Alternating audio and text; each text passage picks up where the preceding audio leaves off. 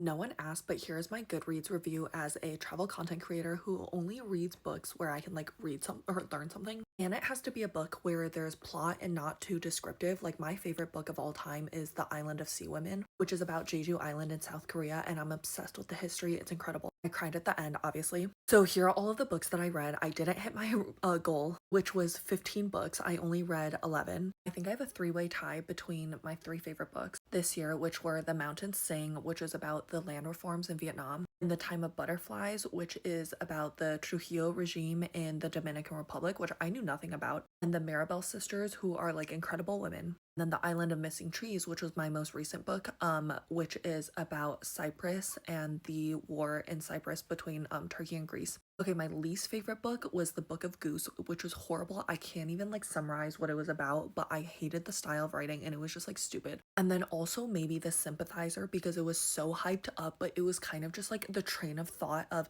the plot was really interesting, but I hated how it was written and it was way too long. And I don't really like reading in a man's perspective, which it was obviously. Oh my god. Oh, also Against the Loveless World has like such a special place in my heart because it was so interesting. The main character is incredible.